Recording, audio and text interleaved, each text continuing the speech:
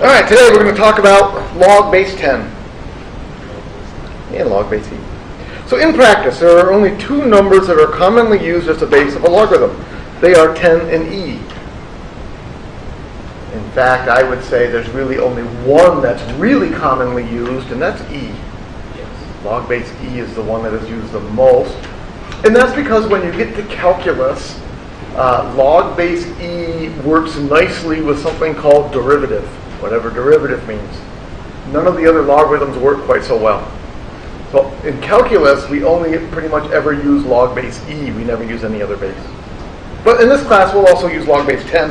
And log base 10 is used a lot in applications, and we'll see some of those today. The base 10 is called the common log. We already talked about that. And base e is called natural log. All right, since common log is so common, it has a special notation, and we've talked about this already. Instead of writing log base 10 of x, we typically only use logx. And anytime you see logx, it stands for log base 10. And we've already noticed that there is a log button on our calculator. The log button on our calculator sits over here. And we've noticed that it's on the same button as the 10 to the x. Why did they put those on the same button? More than form-fitting. Why did they put x squared and square root on the same button? They're not the same thing, but they are inverses of each other. They are inverses. Just like multiplication and division are inverses of each other, correct? But they're not on the same button because they're used more commonly. So square root and square are put on the same button because they're inverses. Log base 10 and 10 to the x were put on the same button because they are also inverses. And the same thing with ln and e to the x. Those are inverses, so they were put on the same button on your calculator. All right. So let's look at some examples. The Richter scale. What's the Richter scale measure? Seismic waves, ground movement, earthquakes is what most people would say, earthquakes. All right, so the Richter scale is given by R, the Richter scale number, is a common log of I divided by I sub 0, where I is the intensity of an earthquake, and I sub 0 is the minimum detectable intensity. So at all times, the ground is actually earthquaking. There are earthquakes going on right now. We just can't feel them. So the ground is actually always vibrating, always shaking. It's just a matter of can we feel it. I0 is the natural frequency at which the earth vibrates, but we don't notice it. So anything bigger than I, that's when we're going to say we feel an earthquake. All right. So, one of the strongest earthquakes in recorded history occurred in southern Chile in 1960. The intensity was 3.2 times 10 to the 9 times as big as the minimal detectable intensity. Find the Richter scale magnitude of this earthquake. So on the news, when you hear about an earthquake, what's a big earthquake? 6 is pretty big. Size 10. And how big was that earthquake? Do you remember? It was pretty big. I think that one was in the 8s. Yeah. So an earthquake, the biggest earthquake I've ever felt, when I was in high school, there was actually an earthquake in New York. And that one measured like 5.5 on the Richter scale. And that one, I remember I was in bed, it was like 6 o'clock in the morning. It was big enough that it like knocked some dishes off of the shelf at home, and some other people in town had actually broke some windows. So 5.5 is pretty decent. You started to get into 7s and 8s and 9s, and you're talking about buildings collapsing. Yeah, splits open and everybody falls in. All right, so anyway, one of the strongest earthquakes was 3.9 times 10 to the 9 times 3.2 times 10 to the 9 as big as the minimum detectable intensity. In other words, they're telling us here, what's the value for I? 3.2 times 10 to the 9 times As big as the minimum. the minimum, so times I sub 0. So it's 3.9 times 10 to the 9 times as intense as normal. So what's going to happen when I take this I number and I plug it into this formula? What's going to happen with the I sub zeros? They're going to cancel out. So our Richter scale value is going to be LOG of 3.2 times 10 to the 9. So we take our calculator. Which is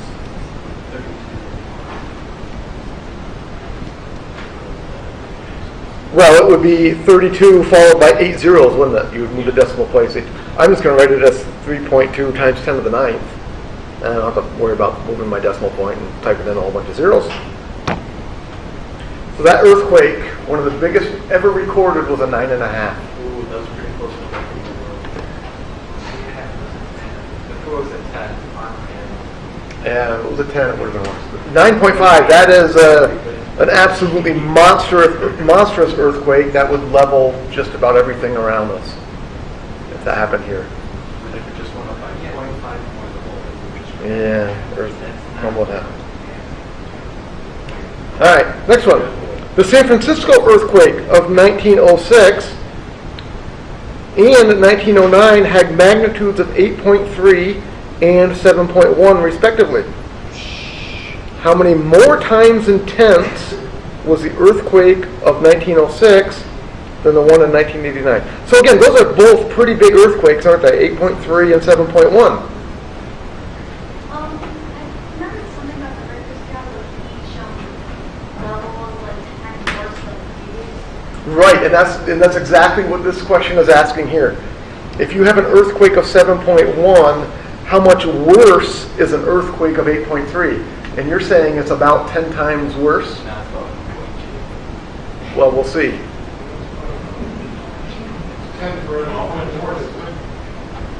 Well, let's find out.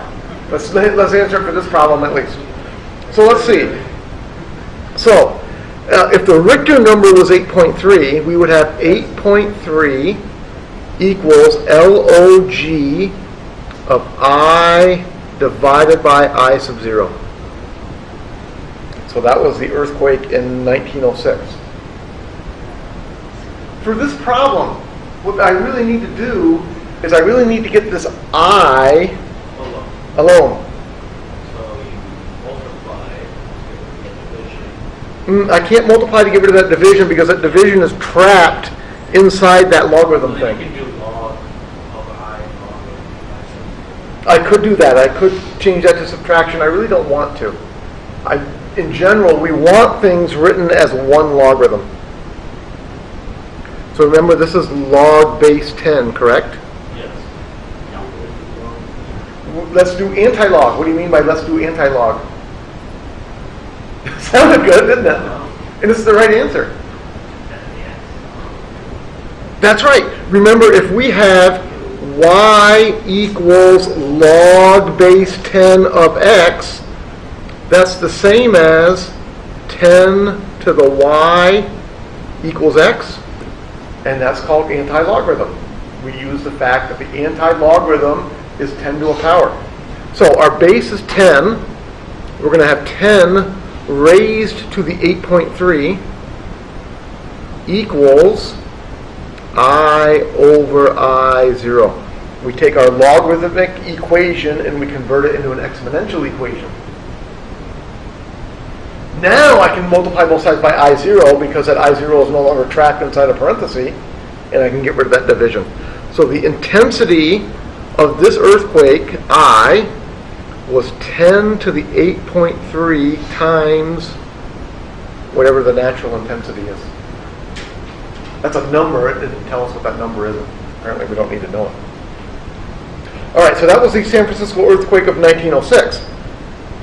Now I'm going to do the exact same thing for the San Francisco earthquake of 1989. Anybody remember the earthquake in 1989? It was the one that interrupted the World Series. The World Series that year was in Oakland. And when the earthquake hit, it was in San Francisco. It was big enough to affect Oakland, which was right next door. And it actually cracked part of the Oakland Coliseum stadium. and it was unsafe. The World Series got delayed by like a week while they fixed the stadium to make it safe again. So that happened right about this time of year. I remember that one. That was a good one. All right, so we're going to have 7.1 equals log of I divided by I0. And we want to do the exact same thing we did just a minute ago. We want to get that I all by itself. So how would you get the I all by itself? Same thing I just did. Remember that this is log base 10. Convert it to exponentials, do anti-logarithms. 10 to the 7.1 equals I over I0, which means I is 10 to the 7.1 times I sub 0. All right, now the final question was, how many more times intense was the earthquake of 1906 than the one in 1989? What that tells you to do is take this intensity answer and divide it by that intensity answer, and that will tell you how many more times intense it was. When we divide these two answers, what happens to the I-zeros? They get crossed out, right? I0 divided by I0, that's always going to be the number 1. So it's 10 to the 8.3 divided by 10 to the 7.1. 10 to the 8.3 divided by 10 to the 7.1. So the answer is 15.8 times. So when the intensity of the Richter scale, when the Richter scale number went up by 1.2, that doesn't seem very intimidating, does it? It only went up by 1.2. Almost 16 times as dangerous, though. So when the Richter scale number changes a little bit, the intensity of the earthquake actually changes a lot. But the Richter scale number only going up by 1.2, that earthquake was almost 16 times more deadly than the previous one. Big change. All right.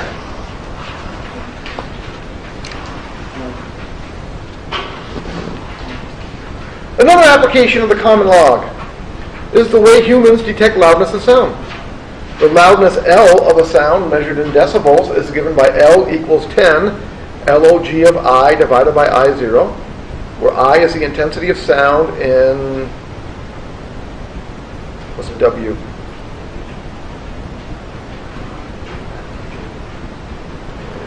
Yeah, but I'm not a science teacher. What's W? Anybody know what capital W is?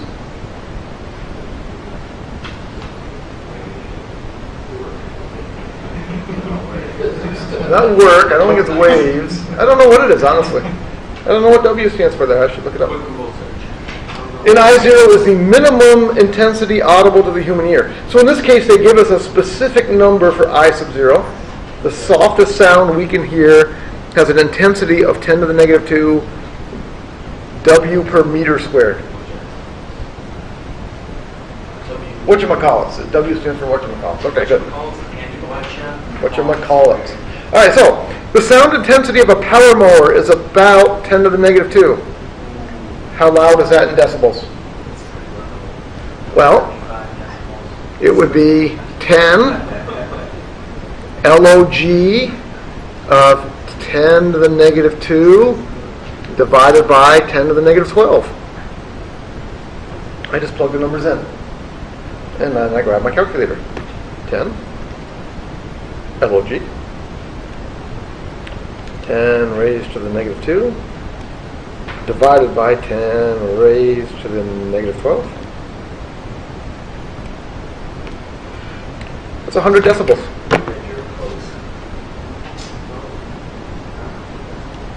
That's 100 decibels right there.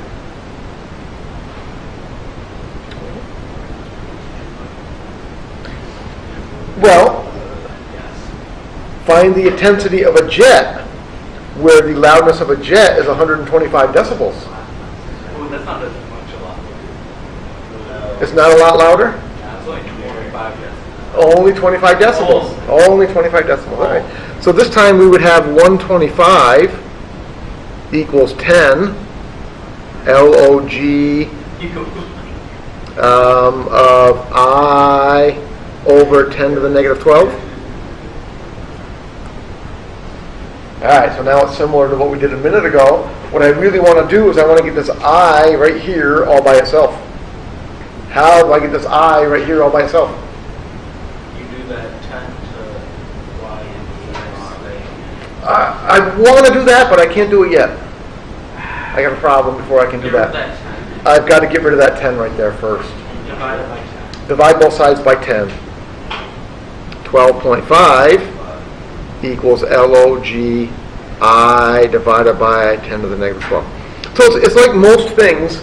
Before I can do the inverse operation, I have to have this log all by itself. So your first steps are always get the log all by itself. Then you can do the anti-log, which is a fancy way of saying write it as a power. So then I could write this as 10 to the 12.5 equals I over 10 to the negative 12. And then how do I get the I all by itself? Multiply both sides by 10 to the negative 12. What happens when I take 10 to the 12.5 and I multiply it by 10 to the negative 12? I add my exponents. What's 12.5 plus negative 12? 0.5. So this is 10 to the 0.5 equals I.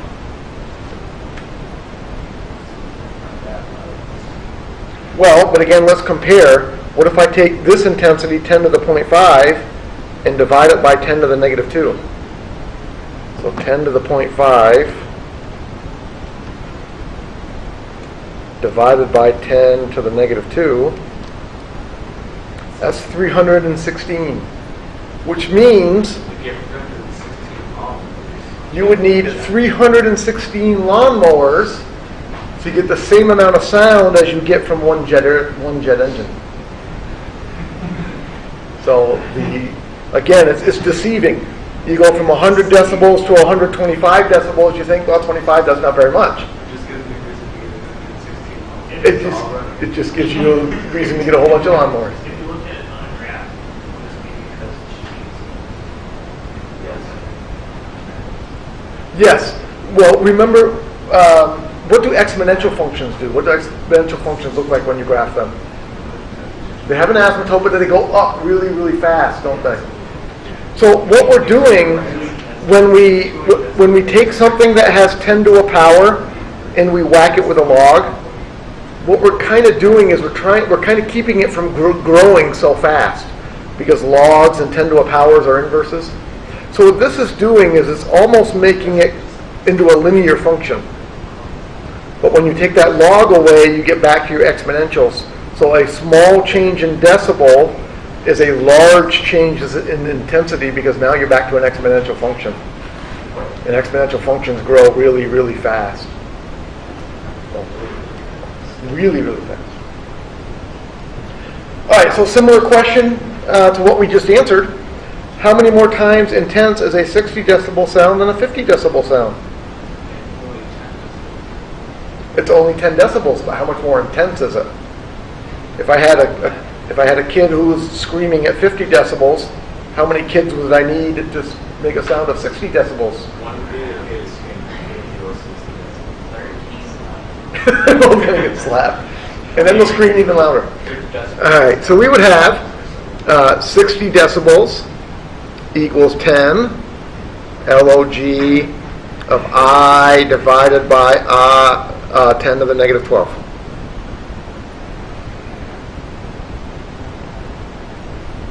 All right, so same deal. I want to get I all by itself. So how do I get I all by itself? I divide by 10. That gives me 6 equals log of I divided by 10 to the negative 12.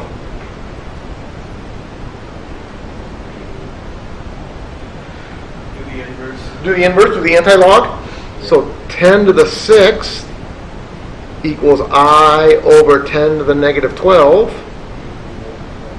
Multiply. So I is 10 to the 6 times 10 to the negative 12. So that's 10 to the negative 6. I add my exponents.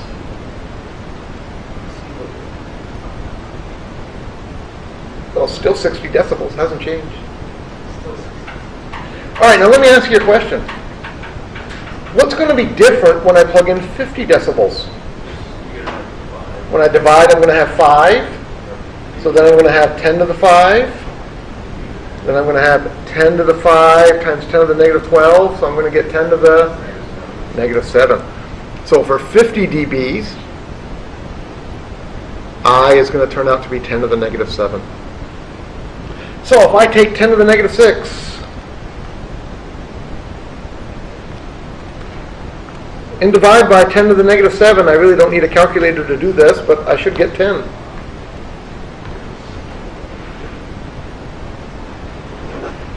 So if you have something that makes a sound of 50 decibels, you would need 10 of those things, all doing the same thing at the same time, to get a sound at 60 decibels. So if you have 60 one... candles burning. Well, candles burning, that measures light intensity, which is also another formula that involves LOG, by the way. Oh, geez. There we go. Right back. Flip over the next page. How many candles will it take to light up a small room? One. No candles in the next one. No candles? That is a logarithmic function. All right, last one on this page. Use the properties of logs to show that this formula can be written that way. All right, so we had L equals 10 log of I divided by 10 to the negative 12. How could I use properties of logarithm to rewrite that formula?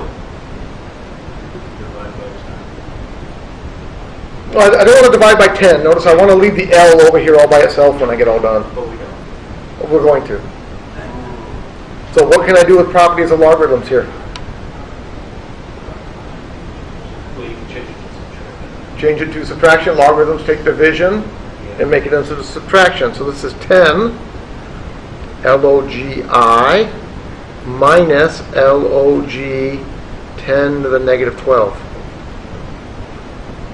Okay. Logarithms take division, turn it into subtraction. Then what?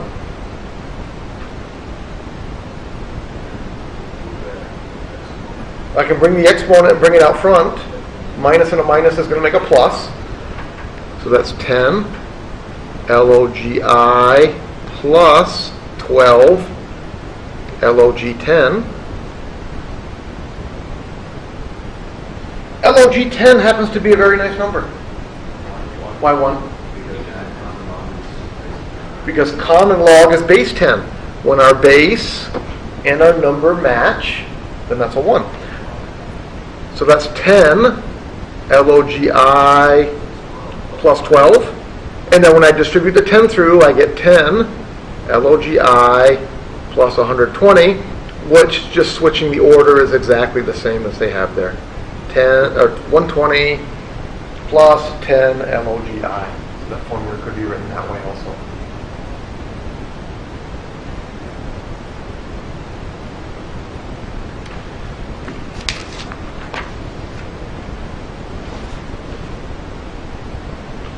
All right, I'll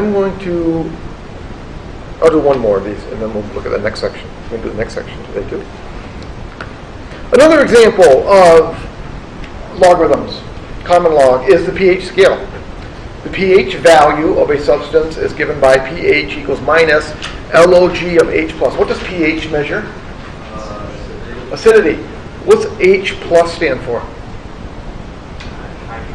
The hydrogen ion concentration. What's a hydrogen ion?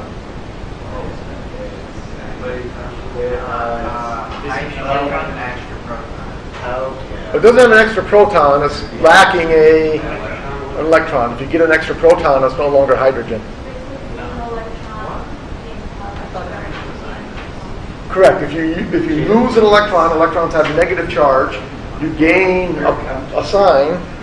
So a hydrogen ion would have a positive sign. That's why it's listed as H plus. Although yeah, but that means like a Jesus.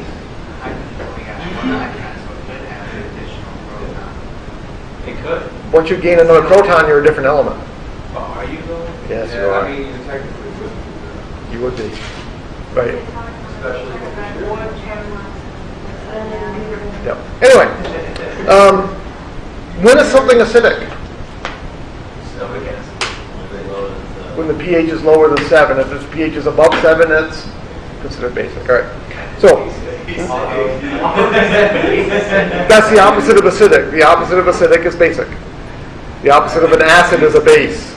Right. Yeah. I've never heard of super acid. Oh, you've never heard it called basic? I've just heard alkaline. Oh, it's called basic. All right. So rain and snow have a natural concentration of H plus equals 2.5 times 10 to the negative 6 moles per liter. What is the natural pH of rain and snow? Well, all we got to do is take that number and plug it in, right? Does the rain come from China? So pH would be minus log of 2.5 times 10 to the negative 6. All we really need to do is plug that in, and then we grab our calculator. Negative log 2.5 times 10 raised to the negative 6 is 5.6. So there's the term, as where the term acid rain comes from. The smaller the number, the more acidic it is, correct?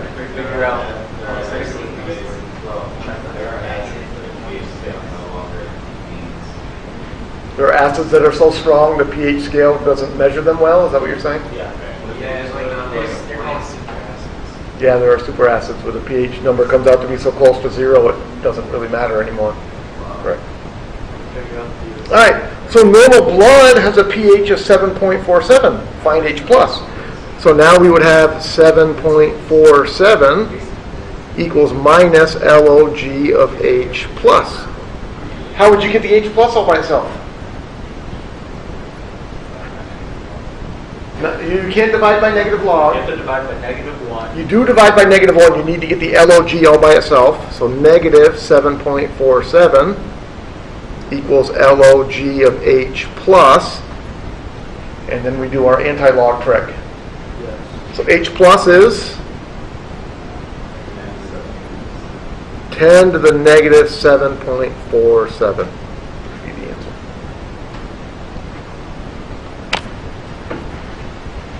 This is called the change of base formula. The change of base formula says log base b of x, you can convert log of any base into either the common log or the natural log. Why is that helpful?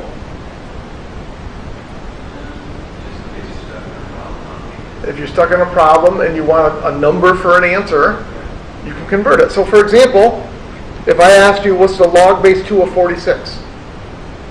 Well, 2 to a number never gives me 46, does it? Not a nice number anyway.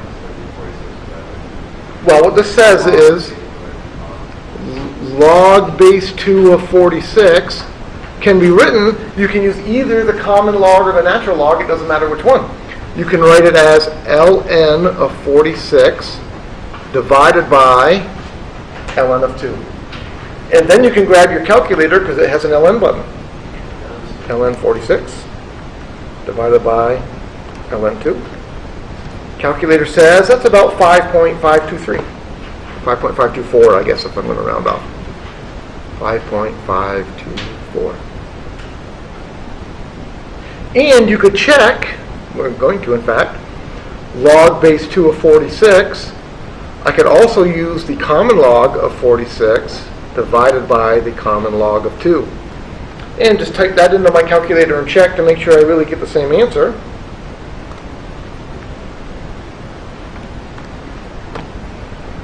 I do. You can convert it to either one. So you can take any logarithm and you can convert it to either a natural log or a common log. So again, I said this a few minutes ago, in calculus, something called derivative works well with natural log. It doesn't work so well with any of the others.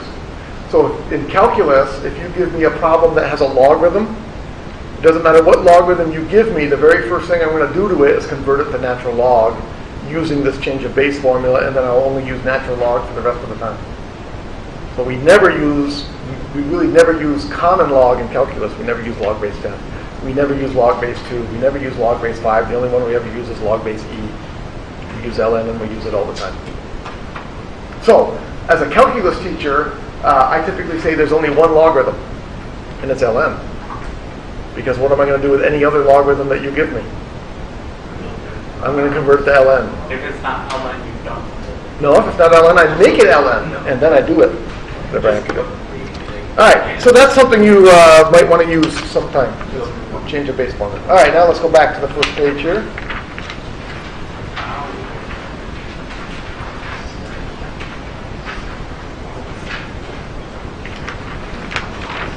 Not the first page. I want page 2. I'm sorry.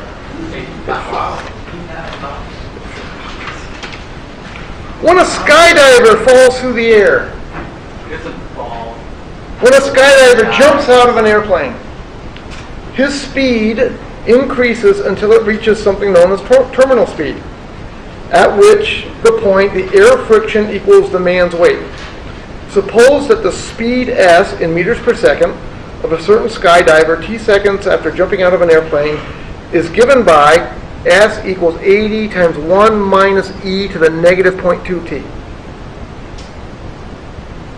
All right, so it says, find the skydiver's speed after 15 seconds. How would we find his speed after 15 seconds? 15 equals Plug in 15 for...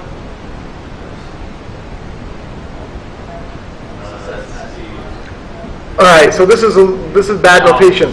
15s, this s stands for seconds. This s stands for speed. So let's make this one a capital. All right, so this is a t number. This is 15 seconds. That's a t number. So s equals 80 times 1 minus e to the negative 0.2 times 15. All right, so I grab my calculator. 80 times,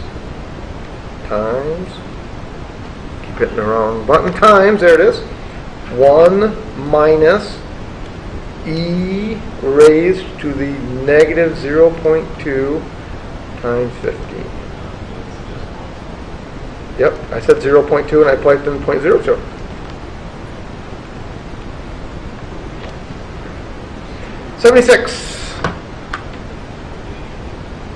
Seventy-six units are meters per second.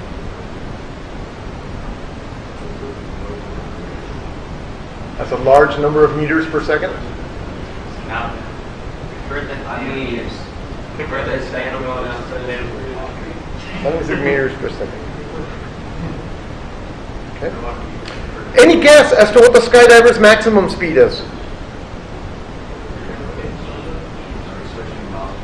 In meters per second. In meters per second. 100 meters. Nope. It's 76. 75. Yeah. It's 76. Not 76. 76. What's that? Well, apparently that's all been taken care of in this formula. All the questions you're asking, the weight of the man is irrelevant. Because gravity is a constant. It pulls you down. It doesn't matter if you weigh 100 pounds or 1,000 pounds, it pulls you down at the same speed. What does matter is the size of the person and how much wind resistance they would have. And that's taken care of by that little negative 0.2 right there. So for different people, that number would be slightly different. No, it's not as weight. It's not as weight, but there's a factor that's involved based on the amount of drag that the person has that changes that number. But e to a negative power. Think back a little while ago when we had something and we had a base and we had a negative power. What did the graph of that thing look like? It was exponential decay. So e to a negative power is going to look like this. It's exponential decay. So what's going to happen in this formula when time gets bigger and bigger and bigger? When time gets bigger and bigger and bigger, what's that E thing going to do? It's going to get closer and closer to 0. That's y equals 0. So when time gets really, really big, this piece right here is going to get really close to 0. So what's left? 80 times 1, which is 80. So the person's maximum speed is 80 meters per second. That would be the person's maximum speed. And so you can see after 15 seconds, they're already pretty close to terminal velocity. A few more seconds and they'll be pretty much right there.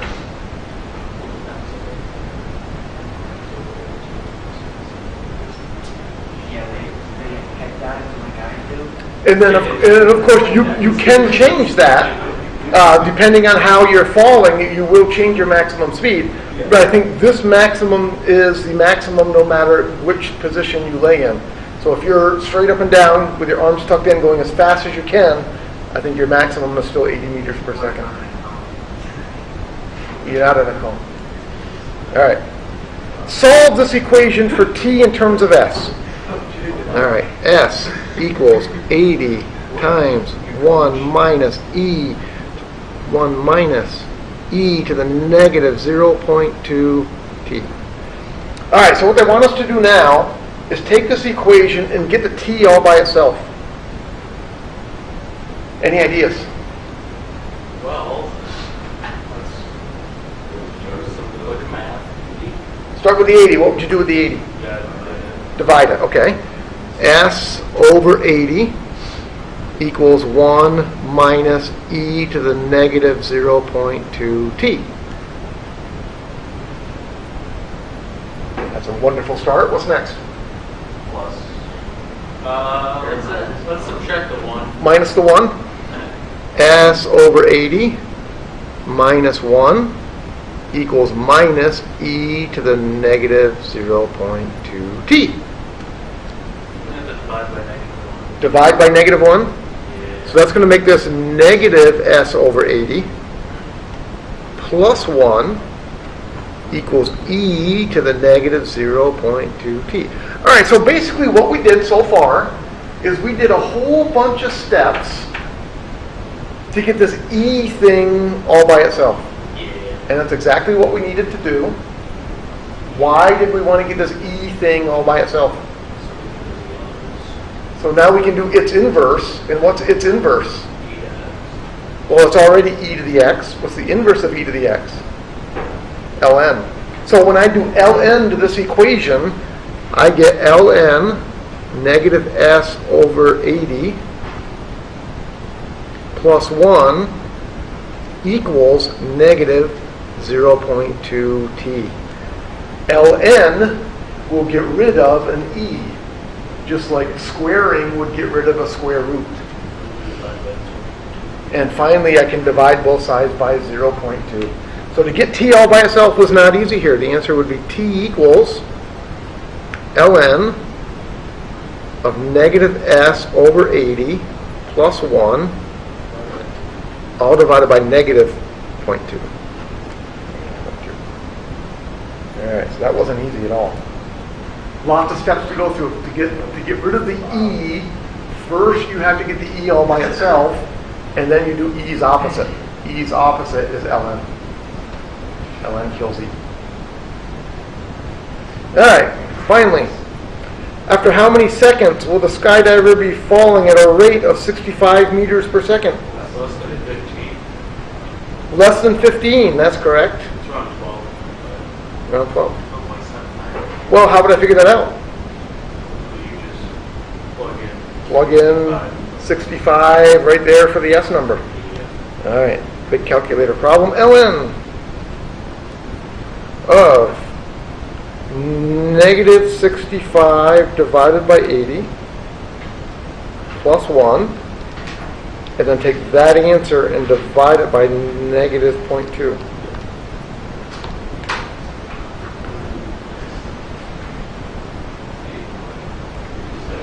So it would take about 8.4 seconds for that person to reach 65 meters per second. And it took them 15 seconds to get to 76 meters per second.